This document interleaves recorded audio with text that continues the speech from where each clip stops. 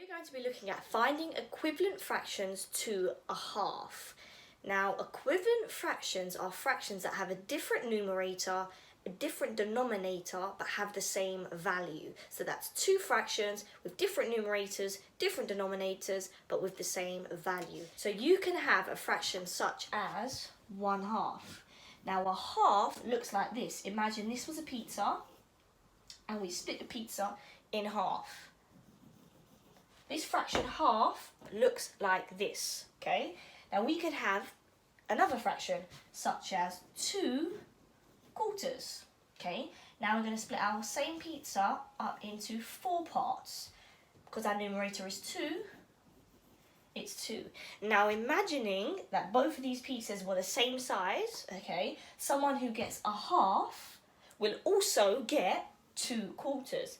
This means that half is equivalent to, and we can use the equal sign to represent that, half is equivalent to 2/4.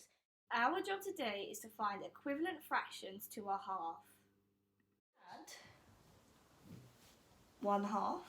Now here's a really good tip for you to remember when we're looking at finding equivalent fractions. When we do something to our numerator, we must do the exact same thing to our denominator. So if we multiply our numerator by 2, we must also multiply our denominator by 2. Okay, so 1 times 2 is 2. 2 times 2 is 4. 1/2 is equivalent to 2/4.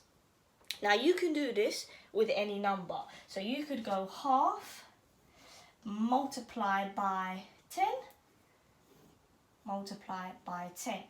1 times 10 is 10, 2 times 10 is 20. 1/2 is equivalent to 10/20.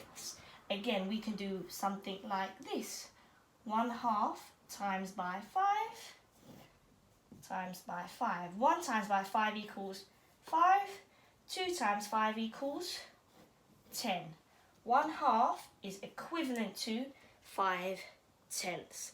You can use this method to help you find out lots of fractions that are equivalent to half.